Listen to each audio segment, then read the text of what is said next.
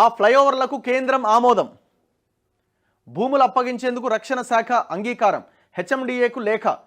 JBS నుంచి షామీర్పేట వరకు, Paradise నుంచి కండ్లకోయ వరకు 2 ఫ్లైఓవర్లకు 169 ఎకరాల్లో పనులకు పచ్చజెండా ఊపిందట. బేగంపేట్, హకీంపేట వద్ద సొరంగాలు ఉండాల్సిందే. సరి సమాన విలువైన భూమి లేదా 1702 కోట్లు చెల్లించాలి అని షరతు పెట్టిరట.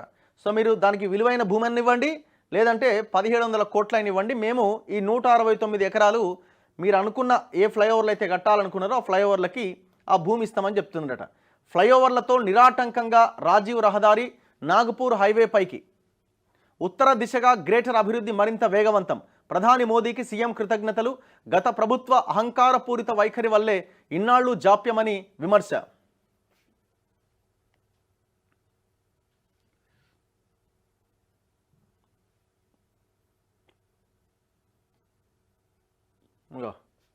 హైదరాబాద్ మహానగరంలో ట్రాఫిక్ జంజాటంగా మారిన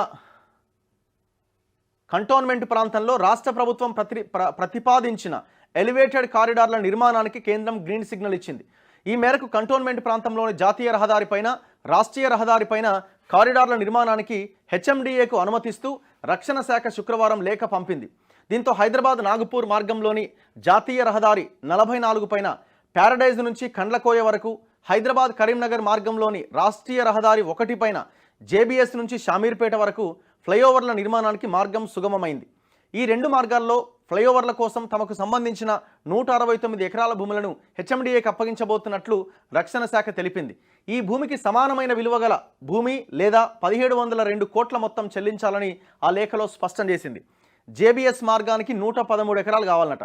హైదరాబాద్ కరీంనగర్ మార్గంలో జేబీఎస్ నుంచి ఔటర్ రింగ్ రోడ్లోని షామీర్పేట వరకు 18.5 కిలోమీటర్ల ఎలివేటెడ్ కారిడార్ నిర్మాణానికి తొలుత రోడ్లు భవనాల శాఖ ప్రణాళికలు రూపొందించి హెచ్ఎండిఏకి ప్రాజెక్టును అప్పగించారు. హెచ్ఎండిఏ అధికారులు క్షేత్రస్థాయి సర్వేను పూర్తి చేసి డిపిఆర్ తయారు చేశారు. ఈ ఫ్లైఓవర్ మొత్తం పొడవు 18.5 కిలోమీటర్లు. అందులో ఆకాశ మార్గం 11.12 కిలోమీటర్లు ఉండనున్నది. ఈ మార్గంలో 113 ఎకరాలు ఇచ్చేందుకు రక్షణ శాఖ ముందుకొచ్చింది. దీని సరి సమాన విలువైన భూమి ఇవ్వాలని, లేకుంటే 954 కోట్లు చెల్లించాలని నిబంధన విధించింది. ప్యారడైజ్ మార్గానికి 55 ఎకరాలట. జాతీయ రహదారి 44లోని హైదరాబాద్ నాగపూర్ మార్గంలో ప్యారడైజ్ నుంచి కండ్లకోయ వరకు 18.35 కిలోమీటర్ల మేర ఫ్లైఓవర్ నిర్మించేందుకు ప్రభుత్వం ప్రతిపాదించింది. ఈ మార్గంలో ఫ్లైఓవర్ 7.5 కిలోమీటర్లు ఉండబోతున్నది. దీనికోసం రక్షణ శాఖకు చెందిన 55 ఎకరాల భూమి అవసరం ఉండగా రక్షణ శాఖ గ్రీన్ సిగ్నల్ ఇచ్చింది.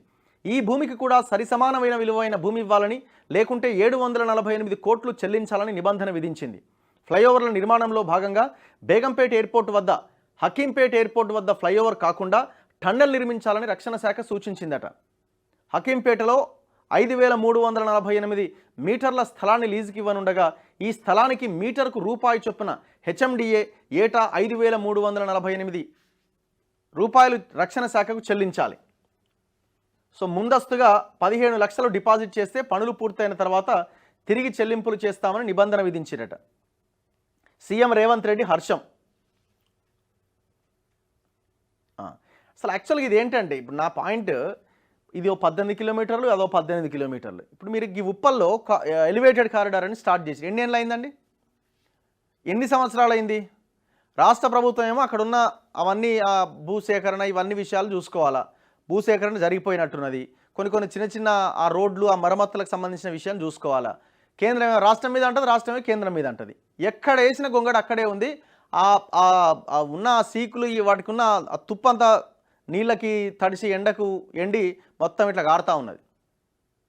ఎక్కడికక్కడ ఆగిపోయింది. చాలామంది ప్రాణాలు కోల్పోయినారు ఆ ఎలివేటెడ్ కారిడార్ అని పేరుతోని. నువ్వు కట్టకపోయినా స్టార్ట్ చేయకపోయినా అయిపోతుండే. స్టార్ట్ చేసి ఎక్కడికక్కడ ఆపేసి, అదెవరు? ఈ సుబ్బిరామిరెడ్డికి సంబంధించిన గాయత్రి కన్స్ట్రక్షన్స్ ఏదో, ఆయన ఏదో నేను అప్పుల్లో ఉన్న అదున్న ఇదున్న అని చెప్పి దాన్ని పక్కన పెట్టేసిండు.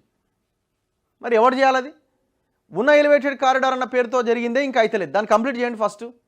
పెద్ద ట్రాఫిక్ సమస్య ఉప్పల్ ప్రాంతంలో. సంవత్సరాలు దాటిపోతున్న దగ్గర 4-5 ఏళ్ళు అయినట్టుంది. 7 వేసింది ఆడనే ఉంది. అది నడుములు పోతున్నాయి పాపం జనాంది పోలేక.